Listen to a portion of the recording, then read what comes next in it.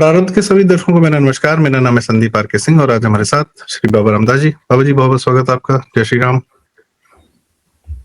जय श्री राम। हर हर महादेव। हर हर महादेव। बाबा जी, उत्तर प्रदेश के मुख्यमंत्री हैं श्री योगी आदित्यनाथ। संत हैं, एक पीठ के पीठाधीश्वर हैं, महंत हैं और अपने इलाके में सम्मान है, भगवा धारण करते हैं और उनकी पूरी पीठ का एक बहुत अच्छा प्रामाणिक इतिहास है। एक अभी समाजवादी शंकराचार्य हो रखे हैं, अभी मुक्तेश्वरानंद, और शंकराचार्य है नहीं है, अभी वो सुप्रीम कोर्ट में मैटर चल रहा है क्या है क्या नहीं है। मीडिया सेवी है और जब जहां भी जाते हैं अपना कुछ कुछ मीडिया वाला कार्य करते रहते हैं।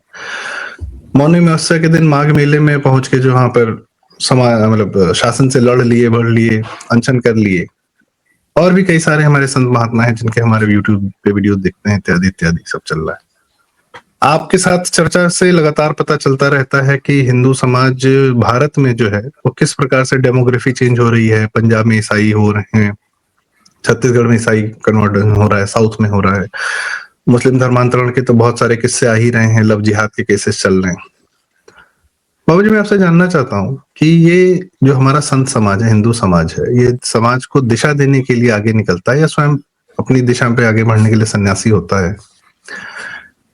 हिंदू समाज के लिए आप इन लोग का क्या रोल देखते हैं? कुछ लोग अच्छे कार्य करते हुए दिखते हैं, कुछ लोग बुरे। तो आप एग्जैक्टली जिस चूंकि आप थोड़े से उस समाज से भी आ रहे हैं, उनको देखते हैं, समझते हैं, आपकी इनसे चर्चाएं होती हैं, इनका करंटली रोल क्या है? What are they doing for Hindu samaj? Baba ji. Sir, currently इनका रोल है कुछ लाख फॉलोअर बनाना जो कि पूरी तरह सेक्युलर हो। सिर्फ हिंदू नहीं, सेक्युलर फॉलोअर, जिसमें ज्यादा संख्या चेलियों की हो। उनको यह समझाना कि ये सब मोह माया है, रुपया पैसा हाथ का मैल है, इसलिए अपना मैल साफ करके मेरे को दे दो, मैं तुम्हारी गंदगी स्वयं अपना के तुमको शुद्ध कर दूंगा, मुक्त कर दूंगा इस गंदगी से। इसलिए अपनी सब धन दौलत, ये बहुत बड़ी मोह माया है, नरक का द्वार है, ये मुझे दे दो। और लाखों करोड़ों अरबों खरबों रुपए की संपत्ति बनाना, उसके अंदर 100-200 बहुत सेक्सी किस्म की गुरवानी और चेली बनाना, मलाई खाना, ब्लैक मनी को व्हाइट करना और अपनी दुकानदारी, अपनी दुकान को शोरूम, शोरूम को मॉल बनाना। हिंदू धर्म चूल्हे भाड़ में कल जाता है, आज चला जाए। पूरा हिंदुस्तान ईसाई होता है, कल होता है, आज हो जाए। हमको कोई मतलब नहीं, हमको मलाई खाने से मतलब है। हर गुरुद्वारे में संडे को तकरीर होती, बाकायदा पॉलिटिकल लेक्चर होता है। पूरी पॉलिटिक्स हर सिख को गुरुद्वारे में हर संडे को सिखाई जाती है और हर संडे को गुरुद्वारे जाना एक तरह से रिचुअल बना दिया गया। हर बच्चे को सिखाया संडे को गुरुद्वारे जरूर जाना है। तो वहां ज्ञानी जी की तकरीर होती है बाकायदा प्रवचन के नाम पे, जो पूरी तरह पॉलिटिकल होती है, जिसमें यह सिखाया जाता है कि हिंदू किस तरीके से हमारे पर अत्याचार कर रहे हैं। ये तो है सिखों का हाल। यही हर शुक्रवार को 1:30 बजे ईसाई मुसलमानों की होती। हर संडे को मास होता है ईसाइयों का। आपका क्या होता है? आज तक किस माइक से अनाउंसमेंट हुई है कि ए हिंदुओं, हिंदूवादी सरकार को वोट देना? बड़ी कम आवाजें सुनाई देती हैं, बहुत कम। एक आप बताइए, एक आध बाबा बागेश्वर जी हैं, धीरेन्द्र शास्त्री जी हैं, वो खुलकर, वो भी आप पिछले 2-4 सालों में 2-4 वो भी। अच्छा, इनको रिबेल बोला जा रहा है, इनको बोला है तुम ये सब क्यों करते हो, तुमसे क्या मतलब है? मुझे रोज बोलते हैं आप क्यों राजनीति करते हैं, आप अपना जाइए, आश्रम बनाइए, मस्त लीजिए, जंगल में विचरण कीजिए। मैंने कहा जंगल में विचरण कोई नहीं करता, सब मलाई खाते हैं आश्रम बना के। मैं भी ऐसी आश्रम बना के मलाई खा लूं, 2-4 चेली पाल लूं। मैं क्यों लोगों को बोलता हूं कि नहीं नहीं नहीं नहीं नहीं, हिंदुओं जाग जाओ, हिंदुओं तुम खतरे में हो? हमको क्या मतलब है? इस जीवन की बात ही मत करो, मोक्ष की बात करो। कोई अकाउंटेबिलिटी है या नहीं है? बोला ये सब कुछ नहीं है, लोग लोग नहीं, परलोक सुधारो। अब परलोक में कोई अकाउंटेबिलिटी तो है नहीं, परलोक सुधरा कि नहीं सुधरा को ऑडिट होता ही नहीं है। सर बात यह कि हमारी आज की जो समस्या है, अरे बोलो तुम जो जिंदा ही नहीं रहोगे तो लोग परलोक क्या सुधारोगे? सर हमारे धर्म गुरुओं को इससे कोई मतलब नहीं। आप जिनको शंकराचार्य बोल रहे हैं सर, राक्षसों के भी गुरु थे, आपको पता है कि नहीं? वो सब भी हिंदुस्तान, वो शुक्राचार्य। तो ये राक्षसों का समाजवादी संघ नहीं, ये राक्षसों का कुल गुरु है। इसको शंकराचार्य मत बोलिए, शुक्राचार्य है ये। ये हर हिंदू काम का, सनातनियों का विरोध करता है। एक बात बताइए, इसको राम मंदिर से क्या दिक्कत थी? अरे सर, इसके गुरु को मोदी जी से दिक्कत थी। किसी पत्रकार ने पूछा विश्वनाथ कॉरिडोर से क्या दिक्कत है? इसको मणिकर्णिका घाट से क्या दिक्कत है? बनारस में तुमको नहीं मालूम है कि बनारस में मंदिरों की क्या दशा है? मंदिरों पे कब्जा करके लोगों ने मकान बना लिए, उसके ऊपर टॉयलेट बना लिए। इसको बनारस में नहीं पता है क्या? सर आज अगर बनारस के सभी मंदिरों को आप खोजने लगेंगे ना, तो कम से कम 10,000 मंदिर घरों के अंदर दबे हुए निकलेंगे। आज मैं गारंटी लेता हूं इस बात की। कम से कम 10,000 मंदिरों पे लोगों ने कब्जा करके घर बना रखे हैं। ये बनारस में रहता है, इसको नहीं पता है? ये मणिकर्णिका का जो जीर्णोद्धार हो रहा है उसका विरोध कर रहा है। कोई मंदिर नहीं तोड़ा गया। वहां का जीर्णोद्धार तो डोम राजा जी ही करवा रहे हैं सर। हाँ भाई, जहां 24 घंटे चिताएं जलती हैं, वहां पे क्या नए सिस्टम्स, नए इक्विपमेंट नहीं लगेंगे? जी, ये झूठी एआई वीडियोस बनवा के ये, अच्छा ये पहली बार थोड़ी ना कर रहा है।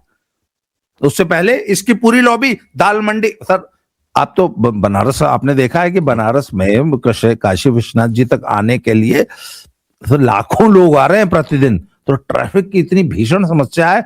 तो हार्ट ऑफ द सिटी है गोदौलिया चौक, काशी विश्वनाथ, वहां तक आने के लिए सभी जो सड़कें हैं वो गलियां हैं, सड़कें तो है ही नहीं है। तो सर उनको चौड़ा करने का काम सर हमने आज तक सोचा भी नहीं था कि यह भी काम हो सकता है। आखिर मैंने कहा यार, आखिर इस सड़क को कोई कैसे चौड़ा करेगा? हैं? दाल मंडी में आप कभी गए हैं? एक बार सर। सर दाल मंडी में सर, क्योंकि वह होलसेल मार्केट है तो वहां अक्सर रिक्शों से ढुलाई होती है। अगर एक रिक्शा सामने से आ जाए तो दूसरा रिक्शा नहीं जा पाता। ऐसी गली है वो। उस गली को चौड़ा करके 17.5 मीटर की सड़क, जिसपे कि 3-3, 4-4 फुट का फुटपाथ भी होगा और बीच में डिवाइडर होगा, ऐसी सड़क बनाने का महती कार्य। तो सर कुछ लोगों की दुकानें तो टूटेंगी ना, उनको मुआवजे मिलेंगे, उनको रिहेबिलिटेट किया जाएगा। होलसेल मार्केट तो वैसे भी शहर के बीच में नहीं होने चाहिए, बाहर शिफ्ट कर देने चाहिए। मतलब क्या होता है? नहीं, एक समय था जब हुआ करते थे, ठीक है, समझ में आता है, पर आज उसकी आवश्यकता है। जब पैदल लोग चला करते थे, वो उस जमाने में थी जब लोगों के पास साइकिल तक नहीं होती थी।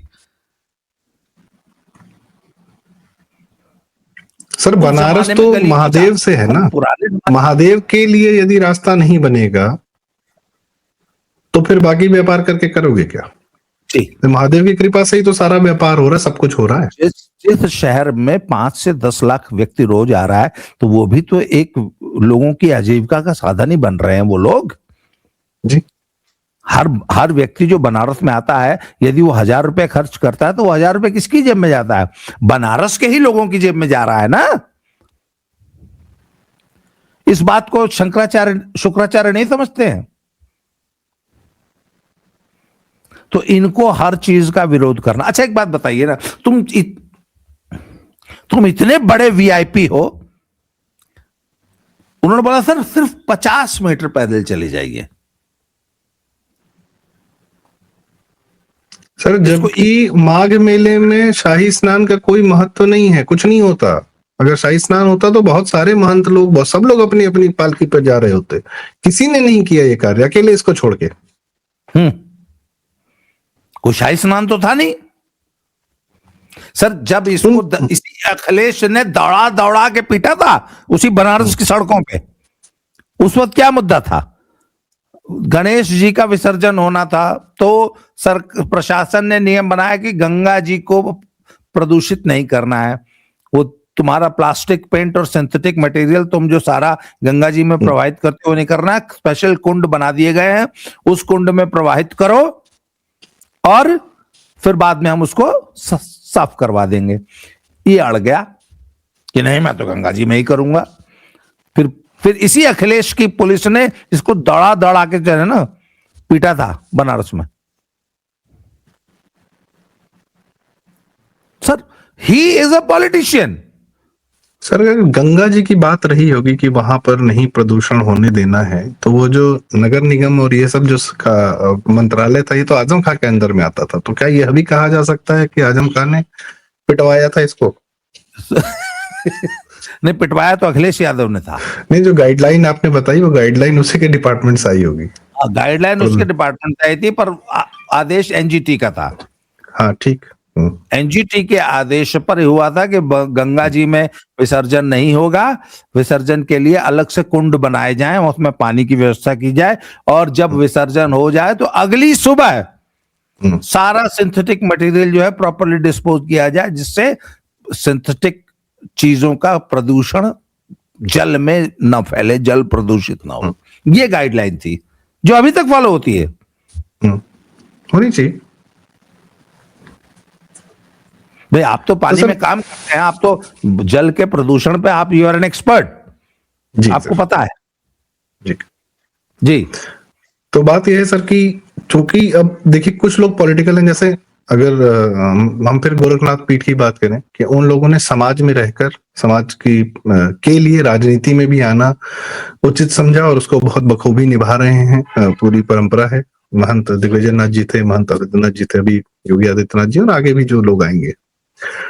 और राजनीति में क्या बढ़िया नया शानदार मॉडल दिया है, पूरे भारत की राजनीति को एक नई दिशा दी है। और हिंदू समाज के लिए कितना इन लोग का कमिटमेंट है, ये भी हम समझते हैं। और इस तरीके के बहुत सारे अन्य लोग भी हैं जो हिंदू समाज के प्रति कार्य कर रहे हैं। इन लोगों को सर कभी आपने यह जो, ऐसा जरूरी नहीं कि आपको पूरे हिंदू समाज के लिए अचानक से जो है कथा, ठीक है कथाएं भी जरूरी हैं, हिंदू समाज उससे भी जुड़ा रहता है। राधे कृष्ण जी की कथा हो, महाभारत हो, रामायण हो, उनकी कथाओं का भी जो एक अपना महत्व होता है, भागवत कथा होती है।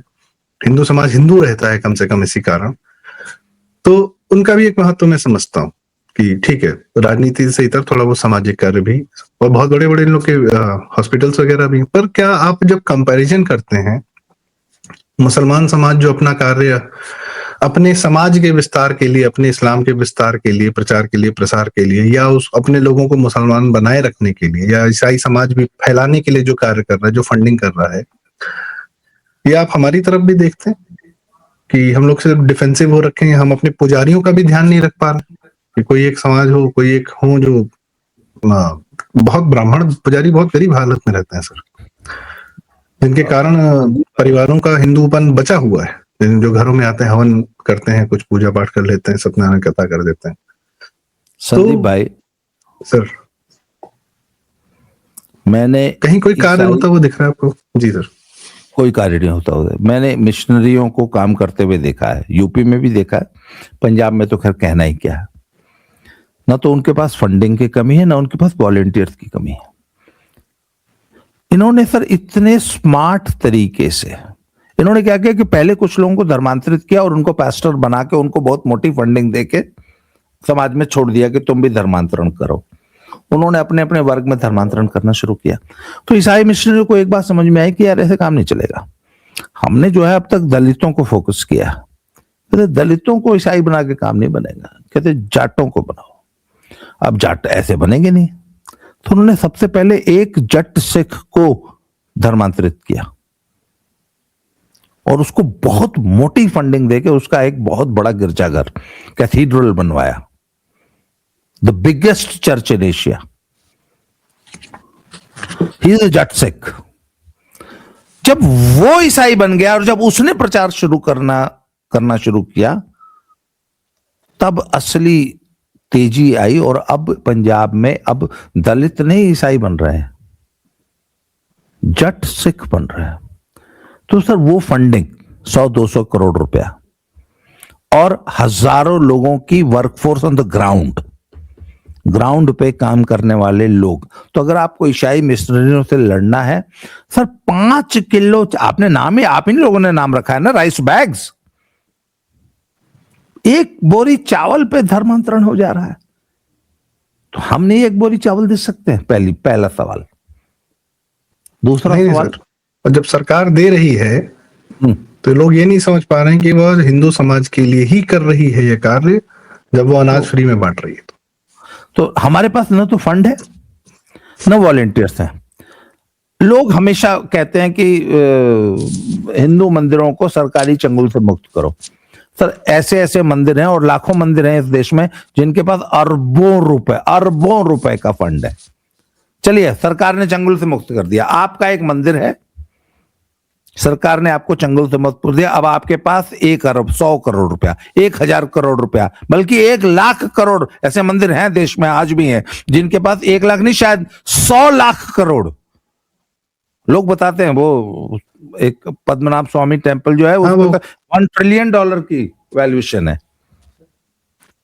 चलो हाँ, सरकार ने आपको दे दिया ना, what are you going to do with that money? मुझे आप बताइए। आपके मंदिर में 1000 करोड़ रुपया है, चढ़ावा आ गया साल का, क्या करेंगे आप?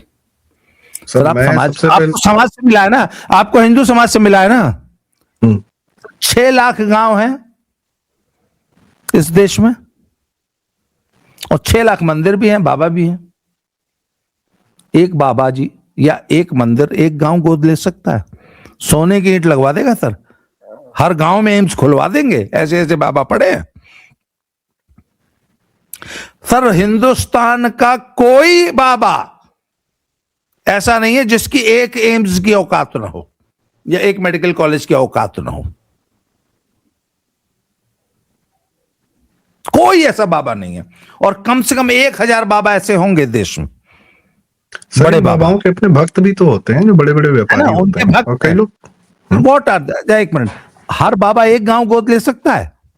हर बाबा एक स्कूल चला सकता है देश में? एक कॉलेज चला सकता है?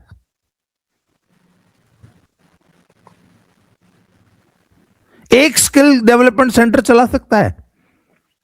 एक गांव के धर्मांतरण को रोकने का जिम्मा ले सकता है? एक गांव में जो लोग धर्मांतरित हुए हैं उनकी घर वापसी का जिम्मा ले सकता है एक बाबा, एक मंदिर? 6 लाख तो गांव है देश में सिर्फ। मान लीजिए बाबा रामदेव है, उनको बोल दिया जाए कि भैया आपको करना है, वो तो 100 गांव ले लेंगे। तिरुपति बालाजी 1000 गांव ले लेगा, वैष्णो देवी 1000 गांव ले लेगा। आप कहते हैं ना, वैष्णो देवी ने अपने फंड से एक मेडिकल कॉलेज खोला तो था, वहां भी मुसलमान भर गए थे, तो बंद करवा दिया ना, बंद करवा दिया। मतलब वही थॉट भी नहीं है कि हमें क्या, हम वापस अपने पॉइंट पे आते हैं सर। मेरी इस वीडियो की प्रारंभ में मैंने जो आलोचना की, हमारे बाबा को मतलब ही नहीं है कि अखिलेश की सरकार आ जाए, हमें क्या मतलब? हम क्यों अखिलेश को नाराज करें? हम क्यों सोनिया गांधी को नाराज करें? मोदी हमें क्या दे देगा? बाबाओं को कोई मतलब ही नहीं है। अगर सारे बाबा मिलके सर, आज सारे बाबा और सारे मंदिर, हर मंदिर का पुजारी ये सोच ले कि मैंने सर, आखिर गुरुद्वारे में होता है कि नहीं प्रवचन? मंदिर में होता है, सॉरी मस्जिद में होता है, गिरजाघर में होता है, मंदिरों में क्यों नहीं होता? बताइए मुझे। अच्छा, एक आध बाबा को छोड़ दीजिए, वो भी पॉलिटिकल रीजन से वोट देने की अपील करता है, ड्यू टू पॉलिटिकल, वो तो अपना वोट बेचता है, वो हर बार चेंज करता है, बाबा राम रहीम। उसके अलावा कौन सा बाबा जो अपने भक्तों को ये बोलता है कि फलाने को वोट दो, देश के लिए जरूरी है? क्यों नहीं बोलना चाहिए? अच्छा, मैं क्यों, समाज के लिए जरूरी है, मैं क्यों सर, मैं भी तो न्यूट्रल हो सकता हूं। अच्छा, आपको क्या लगता है कि मैं आश्रम नहीं बना सकता? मैं एयर कंडीशन आश्रम नहीं बना सकता हूं? अरे छोड़ो आश्रम में, एक कमरा बना सकता हूं ना। मुझे मलाई अच्छी नहीं लगती है, मैं पूरे देश भर में घूमता हूं, सारा मतलब हरियाणा में मुझे कैसी कैसी गाली नहीं पड़ती है, पंजाब में खालिस्तानी मेरे घर पे चढ़ जाते हैं मारने के लिए।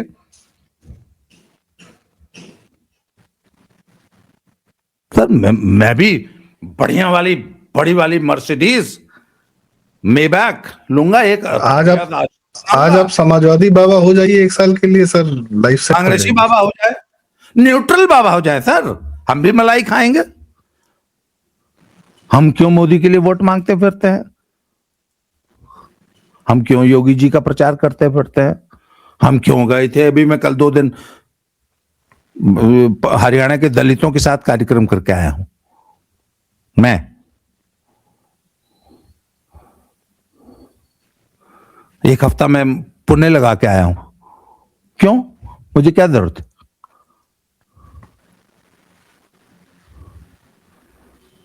तो बाकी बाबा जी लोग क्यों नहीं करते? सर एक बात बताऊं, भगवान न करे मोदी योगी की सरकार चली गई ना, नानी याद आ जाएगी हिंदुओं की। ये तो बहुत भाग्य है हमारा, और बहुत भाग्य है हमारा 2014 में मोदी आ गए। मोदी नहीं आए होते तो आज क्या भारत होता, आप कल्पना नहीं कर सकते। सर टूट चुका होता, 100% टूट चुका होता, बाल्कनाइजेशन हो चुका होता। हम इसी देश में जहां आराम से घूम रहे हैं, टुकड़े करने 4 बॉर्डर देखने को मिलते हैं। तो इस देश के 26 टुकड़े करता। उन लोग सर वो अमेरिका को बड़े देश समझ ही में नहीं आते। वो तो ऐसे देश चाहते हैं जहां पे जब चाहो राजधानी में 10,000 आदमी उतार के रेजिम चेंज करा दो। वो इतने बड़े बड़े देश बनाता। तो सर बाकी बाबा जी लोग क्यों नहीं कर रहे हैं? हिंदुत्व को बचाना, धर्मांतरण को रोकना, लोगों की घर वापसी कराना। सर 20 करोड़ लोगों की घर वापसी पेंडिंग है। मैं तो बोल रहा हूं हर मंदिर और हर बाबा सिर्फ एक गांव गोद ले ले। और सर उसके बाद बात यह कि सरकार क्या कर रही है? मोदी जी बांग्लादेश का हिंदू क्यों नहीं बचा रहे हैं? सरकार भी तो हमारी है ना, हमसे है सरकार। नहीं, सरकार तो करेगी, समाज क्या करेगा सर? समाज क्या करेगा? हिंदू समाज क्या करेगा? हिंदू समाज क्या करेगा? मतलब हमारे बाबा सिर्फ मलाई खाने के लिए हैं। हमारे जितने धर्माचार्य और शंकराचार्य शुक्राचार्य लोग हैं, हाँ, इनकी विजिबिलिटी, इनका पॉलिटिकल अलाइनमेंट। एक आदमी इतनी नीचता तक गिर सकता है कि जो आदमी राम मंदिर का विरोध कर सकता है और अपने आप को शंकराचार्य कहलाना चाहता है, फर्जी शंकराचार्य, और लोग बोल रहे हैं उसको। कोई शंकराचार्य नहीं है, सुप्रीम कोर्ट में पेंडिंग है मामला। अरे सर मुकेश अंबानी बुला लिए थे घर में, बेटे की शादी में, अब क्या ही बोला जाए। इस तरीके से तो वैलिडेशन दी जाती है। अंदर नहीं जाएंगे, मुकेश अंबानी चले जाएंगे।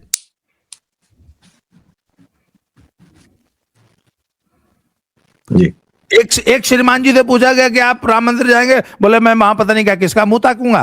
मतलब राम मंदिर में दर्शन करने के लिए भी उनको शर्तें लगानी पड़ रही हैं कि क्या फलाने का मुंह ताकने के लिए जाऊं वहां। ये डायलॉग दिया था किसी ने। अरे उन्होंने दिया था, पुरी वालों ने। हाँ। मतलब वहां पे भी उनको यूरेशियन ब्राह्मण ही चाहिए प्राण प्रतिष्ठा के लिए। मोदी दलित ने कैसे कर दिया? गांची वो एकदम बहुत ही जातिवादी था। खैर ठीक है, तो हिंदू समाज का एक अच्छा एक अपना प्रवृत्ति है, प्रकृति है कि वह फिल्टर कर देता है, समझ में आ जाता है कि किस भगवा में असली भगवा है और कौन जो है फर्जी भगवा है। हिंदू समाज को सब समझ में आ जाता है। तो इसी के साथ आज की चर्चा का समापन करते हैं। यह बातचीत इसलिए की जा रही है मित्रों क्योंकि भारत के लिए हिंदू धर्म जरूरी है और हिंदू धर्म के लिए भारत जरूरी। भारत शरीर मैं आवेश में यदि कुछ गलत कह गया हूं तो दर्शक बंधु क्षमा करेंगे। जी नहीं, लेकिन बात आवश्यक थी, बात जरूरी थी, इसलिए की जा रही थी कि भारत जो हमारी बॉर्डर है, जो हमारी भारत माँ है, जो हमारी भूमि, उसके लिए हिंदू धर्म वह लुटे पिटे नहीं, वो पाकिस्तान ना हो जाए, वो सीरिया ना हो जाए, बांग्लादेश ना हो जाए, उसके लिए भारत में हिंदू धर्म का होना बहुत जरूरी है। और हिंदू धर्म की रक्षा के लिए भारत देश का होना बड़ा जरूरी है। कम से कम यही बातें यदि समाज करे। जी, तो मुझे आज की चर्चा का समापन करते हैं। बहुत बहुत धन्यवाद। कृपया वीडियो लाइक करें, शेयर करें, कमेंट्स में अपनी राय हमें जरूर बताएं और चैनल जरूर सब्सक्राइब करें। बाबा रामदास जी का चैनल स्लो जिंदगी, बाबा की खरी खोटी और हमारा चैनल प्रार्थ। बहुत बहुत धन्यवाद। नमस्कार। जय श्री राम। जय श्री राम। हर हर महादेव।